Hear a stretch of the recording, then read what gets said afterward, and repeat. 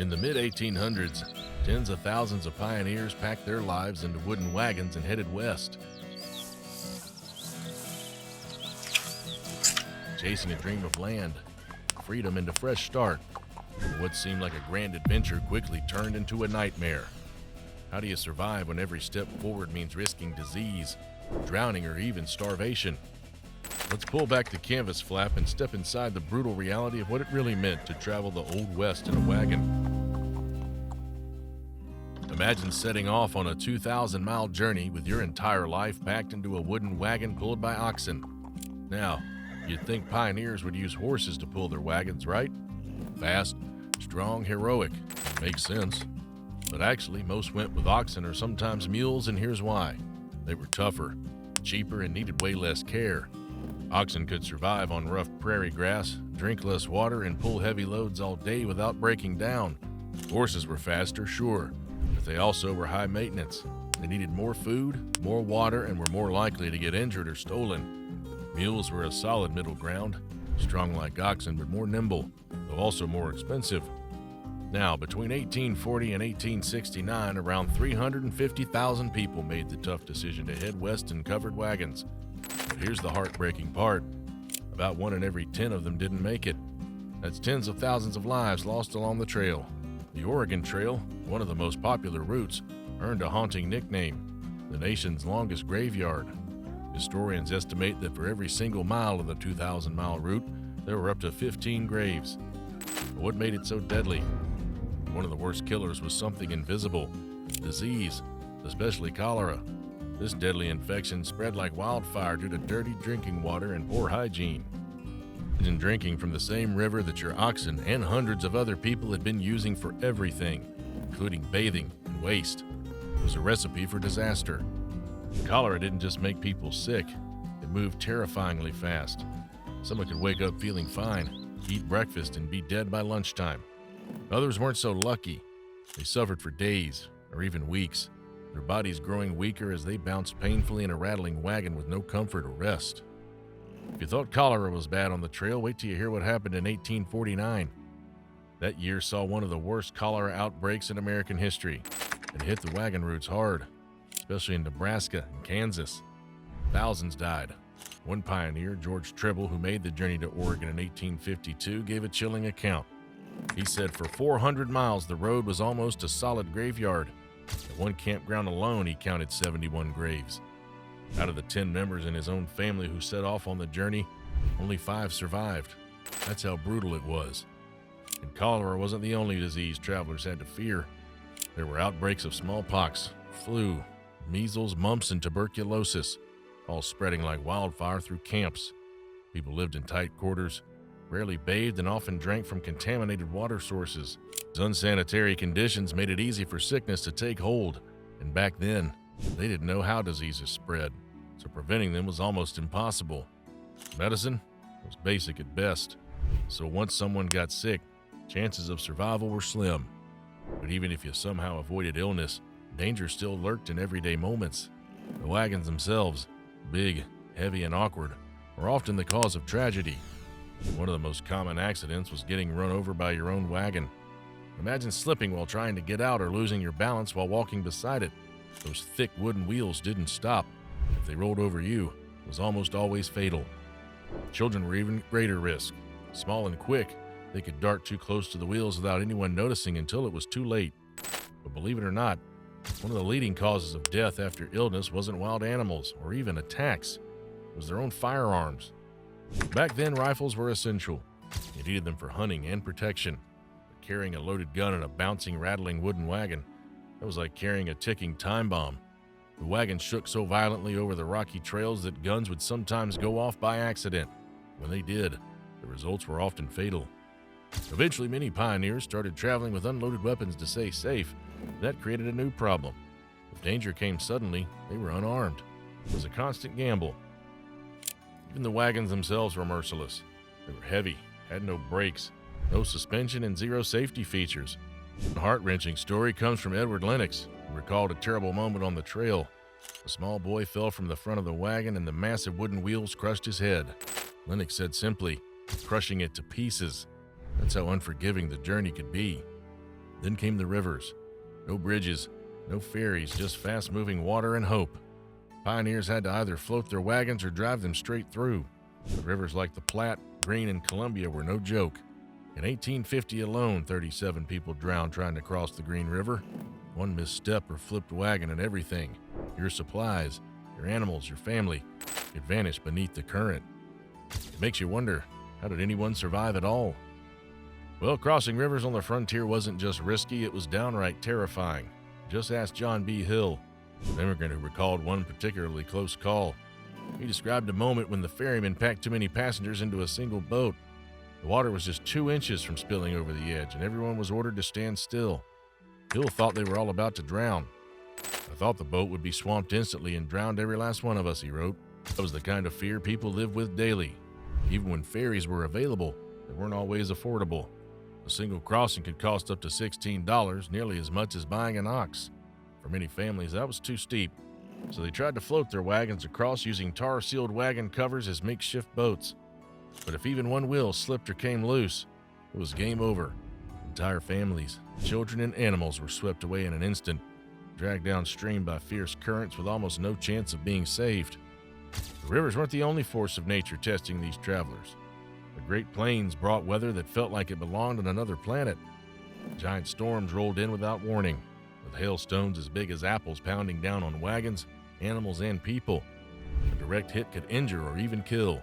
If the hail didn't get you, the lightning might. Strikes were shockingly common on the open prairie. Lightning strikes were surprisingly common on the trail, and it's no wonder why. In the wide open prairie, wagons and tents were often the tallest objects for miles. Basically giant lightning rods sitting in flat, exposed terrain. Add in the fact that the settlers sometimes carried metal tools, cookware, and steel-plated gear, and traveled in large clustered groups, and they became easy targets during thunderstorms. If all of these were not enough, they had relentless rain. Covered wagons weren't waterproof no matter how much canvas or tar you used. Travelers were often cold, wet, and miserable for days on end, with soaked clothes, leaking roofs, and muddy terrain making every mile harder than the last. If you thought cholera and river crossings were bad, the prairie had even more ways to crush a pioneer's spirit. Fire, heat, starvation, and snow. Life on the trail was survival at its most extreme. Let's start with prairie fires, massive walls of flame that stretched for miles and moved faster than a horse at full gallop. With barely any water around and only soaked blankets or sacks to fight back, wagon trains were often sitting ducks. The fires were so powerful that they made their own weather, sucking in air, creating wind and spreading flames even faster. People lost wagons, supplies, even their lives in a matter of minutes. You couldn't outrun it, and you definitely couldn't stop it. Then came the weather. The blazing summer heat, wagon wheels actually shrank. Seriously, wood would contract in the sun, and the iron rings holding them together would pop off. So every night, pioneers had to soak their wheels in river water just to keep them from falling apart the next day. As if that wasn't exhausting enough, winter travel was pure cruelty. Temperatures could go down so fast that anyone caught in a snowstorm without shelter might freeze to death in a matter of hours. And remember, these were families with kids, elderly parents, and no real protection from the cold. Now imagine all this while running low on food. That's what happened to most wagon trains. People started out with everything they owned, but halfway through they were dumping furniture, dishes, even clothes just to keep the oxen from collapsing. With samples running out and hunting unreliable, hunger started creeping in. But what could they do when firewood wasn't available? Well, they cooked meals over dried buffalo dung called buffalo chips. That's right, 2 or more bushels of dried poop just to make a meal. Burned fast. It stank, but that's all they had. When food supplies completely dried up on the trail, pioneers didn't just go hungry. They went desperate. They ate anything they could chew. Tree bark, leather belts, old shoes, even candle wax. Some accounts compare it to the horrors of the Irish Great Famine, where starving people were driven to eat donkey meat, rats, cats, and even human flesh. On the American frontier, the same hunger led people to boil leather saddles and gnaw on animal hides, hoping to trick their stomachs into thinking it was food. And keep in mind, these people were burning thousands of calories a day. Walking 15 to 20 miles wasn't an occasional hardship, it was their daily routine. Most didn't ride in the wagon unless they were sick or dying. Men walked beside the oxen, guiding them. Women, they not only walked, they worked. Every day, women still had to cook, wash, mend clothes, care for children, tend to livestock, and keep the camp running. often for 9 hours a day, even if they were pregnant or nursing. The result? Extreme fatigue, rapid weight loss, and a total breakdown of the body's immune system. Disease didn't need much help to finish the job. Now, when people picture the dangers of the trail, they often imagine Native American attacks. Hollywood made that idea popular, but the reality was very different. From 1840 to 1860, records show that Native Americans killed 362 immigrants, while immigrants killed 426 Native Americans. So settlers were just as deadly, if not more. In truth, most encounters with tribes were peaceful. Natives often came to trade, offering things like buffalo robes, moccasins, and fresh meat in exchange for knives, clothes, and food. Many immigrants actually relied on these exchanges to survive. While many feared Native American attacks, the real danger often came from something more familiar: other people. Bandits and outlaw gangs were a serious threat on the open plains, especially since law enforcement was nearly non-existent out there. Criminals like the Jesse James gang became infamous for targeting slow, vulnerable wagon trains, ambushing families, and stealing everything from rifles to food. But they weren't alone. The banditti of the prairie terrorized travelers through Illinois and Iowa, doing far more than just robbery. These gangs were involved in horse theft, burglary, counterfeiting, even murder, and they knew no one was coming to stop them. Out in the wilderness, your rifle was your only security system, and your family's safety depended entirely on how sharp you were and how fast you could react. And here's the unsettling part: even people inside your wagon train could turn on you. Arguments over water, grazing space, or just clashing personalities sometimes boiled over into violence. Fistfights, gunfights. There were no rules, no police, and often no consequences. Some wagon trains even broke apart because of infighting, leaving smaller splinter groups exposed and easier to attack. And if you somehow avoided violence and theft, you still had to survive the filth. The sanitation situation on the trail was utterly horrific. Campsites were surrounded by human and animal waste. People didn't understand germs yet, so they thought water that looked clean was safe, but it wasn't. That's why cholera, dysentery, and typhoid were so widespread. Pioneers were unknowingly drinking from contaminated streams and rivers and living in bacteria-infested camps.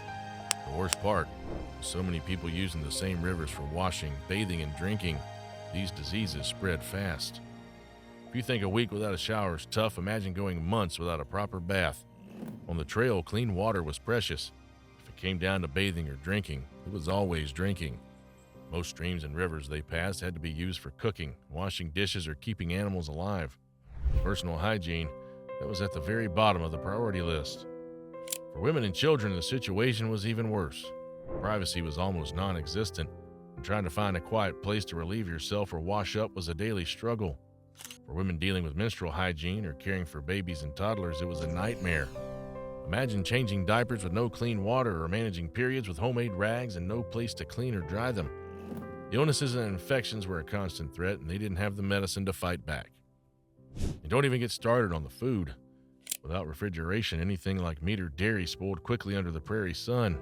Even water wasn't safe. They stored it in wooden barrels which would sit for days, sometimes weeks, without cleaning. Bacteria thrived in that stale, warm water.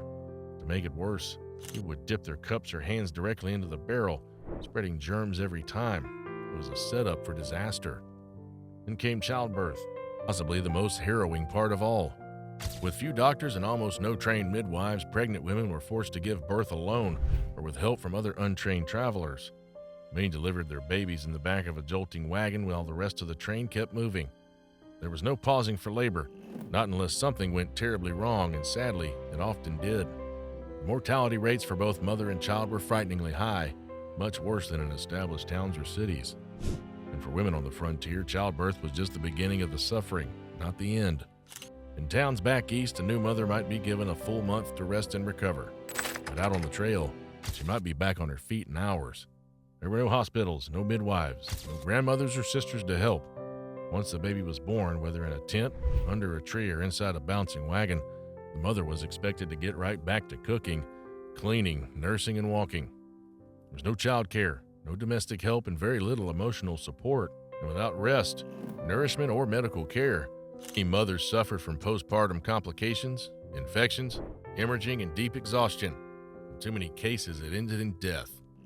Meanwhile, Native American women, though facing their own hardships, often had cultural systems in place to support childbirth.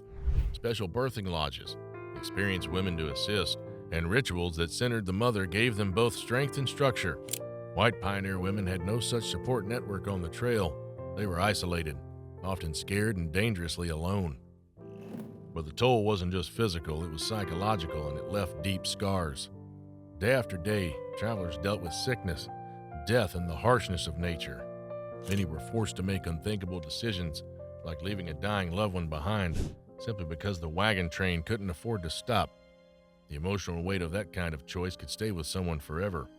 One woman, writing in 1879, didn't hold back. "We're not much better than slaves. It's a weary, monotonous round of cooking and washing and mending." She wasn't exaggerating. That constant grind with no end in sight pushed many women to their breaking point. In fact, mental illness was so common, some reports claimed a third of women in mental asylums were the wives of farmers, burned out from years of exhaustion and emotional pain.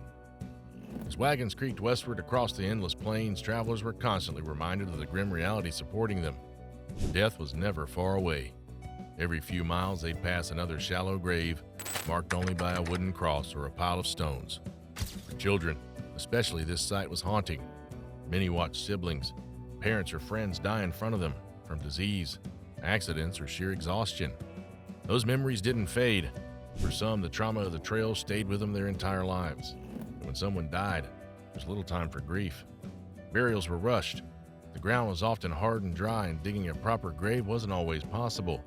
So the dead were laid to rest right in the middle of the trail, where wagon wheels and trampling hooves would pass over the site. This wasn't out of disrespect. It was survival. The goal was to mask the scent from wolves and scavengers who might dig up the body. But imagine trying to mourn your mother, father, or child and having to bury them in a spot you'd be forced to drive over the next day. That kind of loss left scars that couldn't be seen. And then there's nature's wild unpredictability.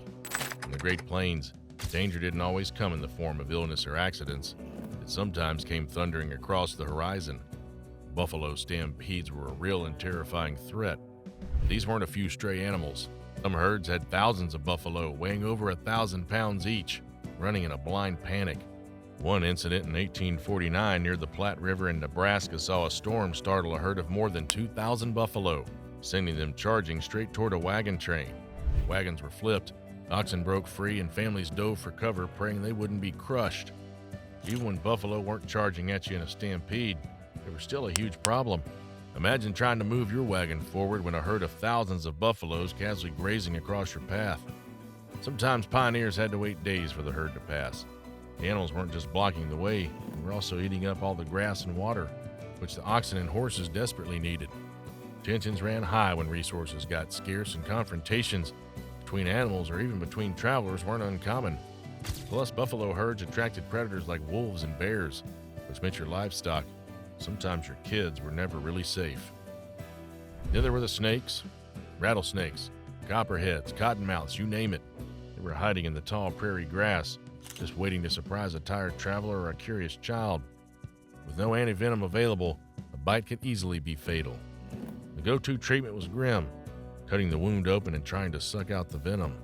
Not only did this usually fail, but it also caused nasty infections. People often died not from the bite itself, but from the cure. Let's not forget the wagons. Those big wooden beasts were both your home and your biggest headache.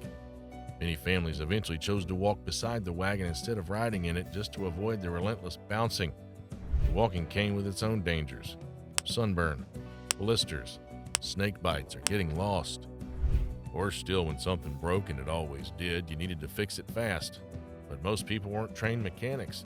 Broken wheel or axle could take days to repair, and that's only if you had the right tools and spare wood. Every hour stuck in one place meant burning through food and water, while being exposed to predators, disease, and harsh weather. Now, once you left the last town behind and rolled out on the open prairie, there was no hitting pause, no second chance, no going back.